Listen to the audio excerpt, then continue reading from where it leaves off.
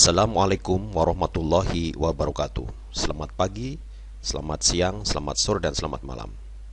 Kali ini kita akan belajar tentang pengertian resistor. Sebelum kita membahas lebih detail tentang pengertian resistor, ada baiknya kita akan mencoba memahami dulu tentang hukum Ohm. Hukum Ohm mengatakan bahwa besar arus listrik yang mengalir melalui sebuah penghantar atau konduktor akan berbanding lurus dengan beda potensialnya atau tegangannya yang diterapkan kepadanya dan akan berbanding terbalik dengan hambatannya. Secara matematis dapat digambarkan dengan rumus berikut ini. I di mana arus sama berbanding lurus atau sama dengan V dan berbanding terbalik atau dibagi dengan R, atau I sama dengan V dibagi R. Atau dengan kata lain, V sama dengan I kali R. Rumus dasar ini dari hukum Ohm akan selalu kita pakai pada pelajaran-pelajaran berikutnya. R, hambatan dalam hal ini sama dengan V dibagi dengan I. R satuannya adalah Ohm, V atau tegangan satuannya adalah volt, dan I atau arus adalah satuannya adalah ampere. Ohm sendiri dilambangkan dengan gambar seperti ini. Ini adalah lambang dari Ohm. Kemudian tentang pengertian konduktor dan isolator. Konduktor adalah zat yang mudah menghantarkan arus listrik. Contohnya besi, tembaga, seng, dan sebagainya. Sedangkan isolator adalah zat yang sukar menghantar arus listrik. Contohnya adalah plastik, karet, kayu, dan sebagainya. Penampang kabel, misalnya yang sebelah kanan, yang kanan atas ini adalah contoh dari kabel. Kabel itu ada di bagian tengahnya adalah konduktor, serat-serat logamnya, tembaga misalnya atau besi itu. Kemudian isolatornya adalah pelindungnya, supaya tidak menghantar arus listrik atau arus listrik tidak keluar. Kalau kita gambarkan secara elektron, konduktor dia menghantarkan arus listrik, artinya elektron-elektron ini akan dia mudah berpindah dari elektron satu ke elektron berikutnya, dia akan mudah berpindah untuk konduktor. Sedangkan isolator, elektron ini akan sulit berpindah ke elektron-elektron berikutnya, atau dengan kata lain dia akan sulit mengalir, sulit bergerak. Resistor adalah komponen elektronika yang berfungsi memberikan hambatan terhadap arus listrik tadi. Jadi memberikan hambatan. Disebut juga tahanan atau hambatan, berfungsi menghambat arus listrik yang melewatinya. Semakin besar nilai resistansi suatu resistor, semakin kecil arus yang mengalir. Jadi resistor ini adalah tahanan atau hambatan. Dilambangkan dengan seperti ini. R yang atas dan R yang bawah ini sama ya, sama-sama resistor, hanya dia simbol Amerika yang atas, yang bawah adalah simbol Eropa. Fungsi utama dari resistor adalah menahan arus listrik. Namun lebih jelasnya nanti ada pembagian, dia berfungsi sebagai pembagi arus, penurun tegangan, pembagi tegangan, dan menghambat arus listrik. Jadi misalnya kita pasang dengan kondisi tertentu, bisa saja komponen elektronika ada yang rusak karena tegangan terlalu tinggi misalnya, atau arusnya terlalu tinggi. Maka dipasang resistor supaya tidak sampai merusak komponen berikutnya. Jadi supaya tidak kelebihan arus atau kelebihan tegangan. Tapi bukan untuk pemutus tegangan ya. Dia hanya menahan atau membagi atau menurunkan. Resistor sendiri secara garis besar ada dua macam, yakni resistor tetap dan resistor yang tidak tetap.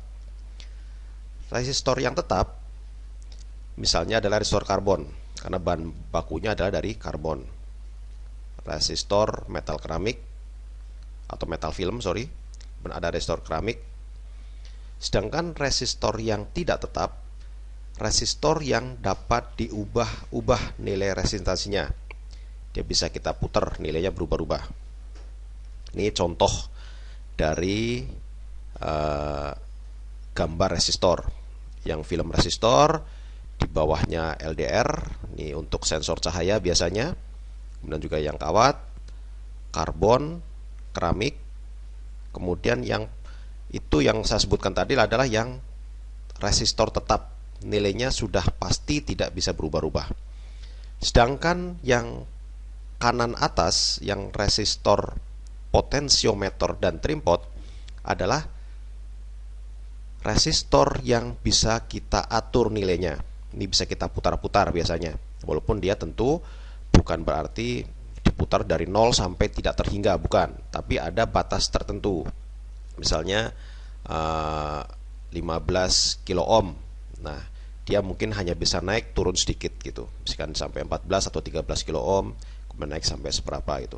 Ini nilainya bisa diubah-ubah, tetapi dia tetap ada batasnya.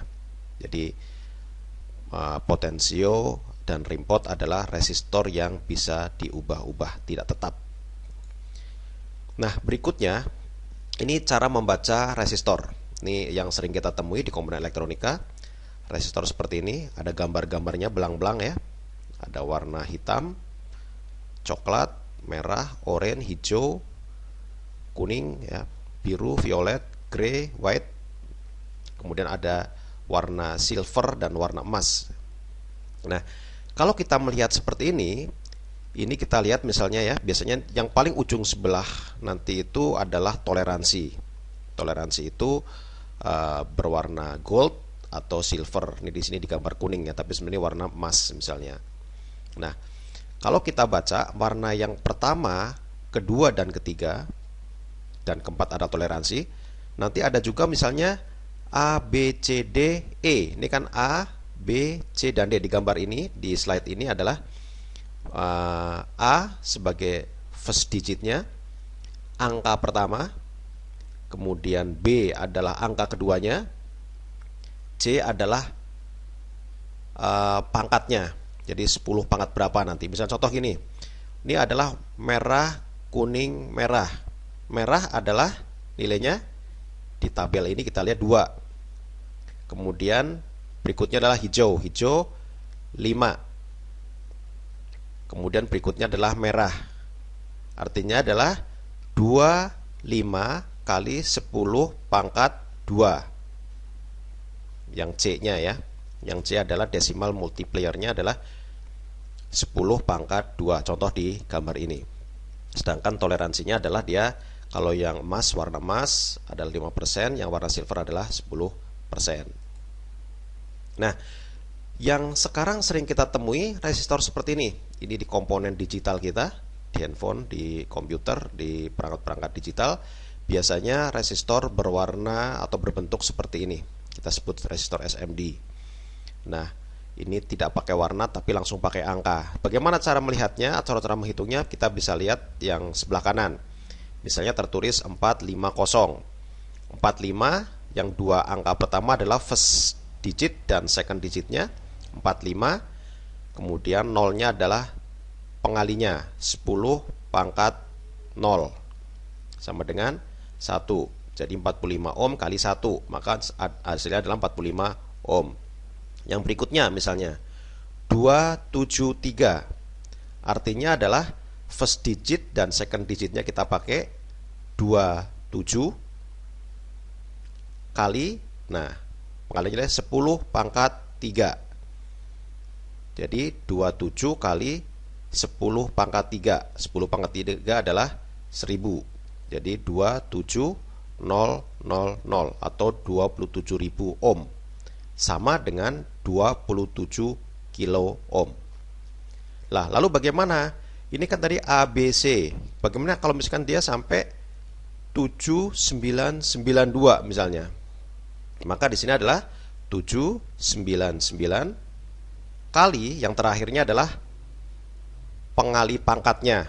Jadi 799 kali 10 pangkat 2. Nilainya adalah seperti ini. 10 pangkat 2 100.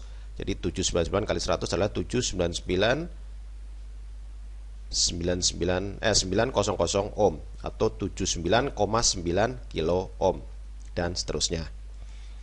Nah, berikutnya tentang rangkaian seri dan rangkaian paralel. Rangkaian seri ini kita gambarkan seperti ini. Jadi dari R1, R2, R3 misalnya, dia nyambung satu di pangkalnya, ujungnya nanti disambungkan ke hambatan berikutnya, ujungnya dimasukkan ke hambatan berikutnya.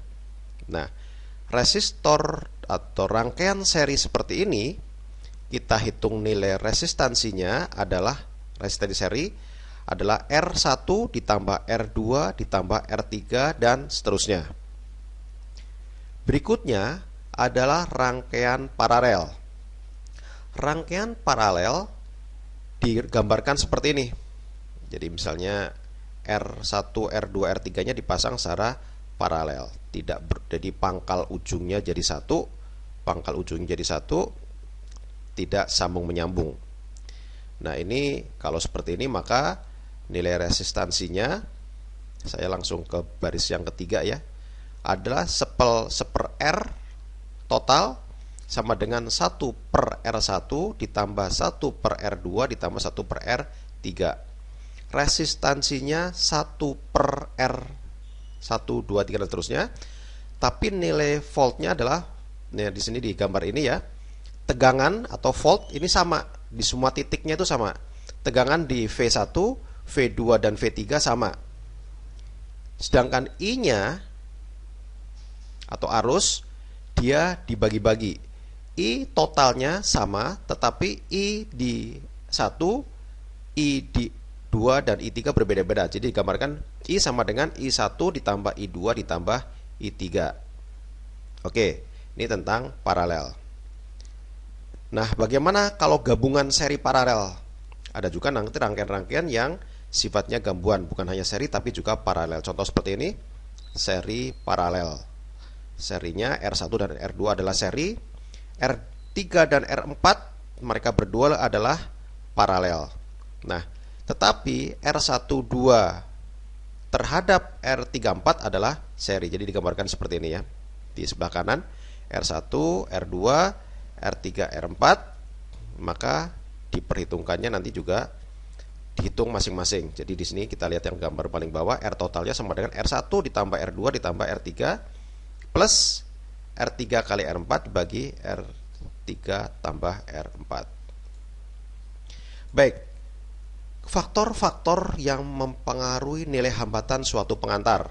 Jadi ini kita perlu perhatikan karena nanti suatu saat mungkin kita membuat sebuah rangkaian kita tegangannya kecil, misalnya cuma 5 volt menggunakan sensor, microcontroller. Nah, ini jangan sampai menggunakan kabel yang seperti apa idealnya, nanti diatur. Oke, baik, kita lihat satu-satu dulu. Panjang kawat penghantar. Jadi faktor hambatan itu nilai resistansi tadi atau resistor tadi juga dipengaruhi atau yang pengaruh adalah panjang kawat. Jadi kita panjang kawat 10 meter kabelnya misalnya. Nah, semakin besar panjang kawat, semakin besar nilai tahanannya. Jadi kita rangkaian microcontroller tegangannya cuma 5 volt, tapi kabelnya kita tarik 20 meter, tentu tidak ideal. Karena resistansinya sangat tinggi. Habis di jalan, di ujung nanti kita ukur tegangannya sudah tidak sesuai lagi. Sudah berubah. Karena habis sebagai resistor tadi, ketahan oleh resistor. Nah, luas penampang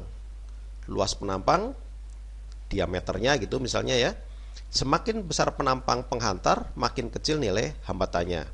Jadi kalau makin tebal, makin gede gitu, dia makin bagus menghantarkan arus listrik. Makin kecil nilai hambatannya. Hambatan jenis. Nilai hambatan jenis ini tergantung nanti jenisnya ya. Semakin besar hambatan jenis, semakin besar nilai hambatannya. Nah, kita gambarkan secara matematis seperti ini. Nah, faktor-faktor ini perlu kita perhatikan. Jadi misalkan nanti Anda membuat rangkaian dari microcontroller misalnya, atau dari rangkaian digital yang tegangannya hanya 5 volt, perlu dipertimbangkan kabelnya jangan besar-besar, tariknya jangan jauh-jauh misalnya. Demikian juga misalnya Anda mau pasang listrik 220 volt, listrik PLN yang besar misalnya, kemudian atau tegangan DC yang cukup besar. Nah, Anda menggunakan kabelnya terlalu kecil, padahal strumnya makinnya besar misalnya nanti. Orang nyebutnya strumnya itu. Nah, kabelnya kecil, bisa jadi kabelnya akan terbakar. Disesuaikan di sini. Baik, ini sedikit ilustrasi tentang suatu hambatan ya. Jadi Kita lihat yang kiri itu A itu cepat terpenuh, B-nya penuhnya lambat. Kita analogikan air ya. Air yang mengalir dari ujung sana, potensial yang lebih tinggi, mengalir ke potensial lebih rendah. Nah, kalau dia itu lurus jalurnya, kemudian nggak belok-belok, tidak panjang, dia akan cepat terisi. Tapi kalau misalnya yang B, dia itu belok-belok, artinya lebih panjang, maka dia akan lebih lama terisi. Ilustrasinya mungkin kita lihat sebelah kanan. Jadi kalau yang lurus, dia akan lebih cepat, lebih padat. Tapi kalau yang dia misalnya banyak belokan, maka akan lebih lama. Oke, baik. Kira-kira seperti itu penjelasan singkat tentang pengertian resistansi atau resistor atau tahanan ini. Selamat malam, selamat sore, selamat pagi. Wassalamualaikum warahmatullahi wabarakatuh.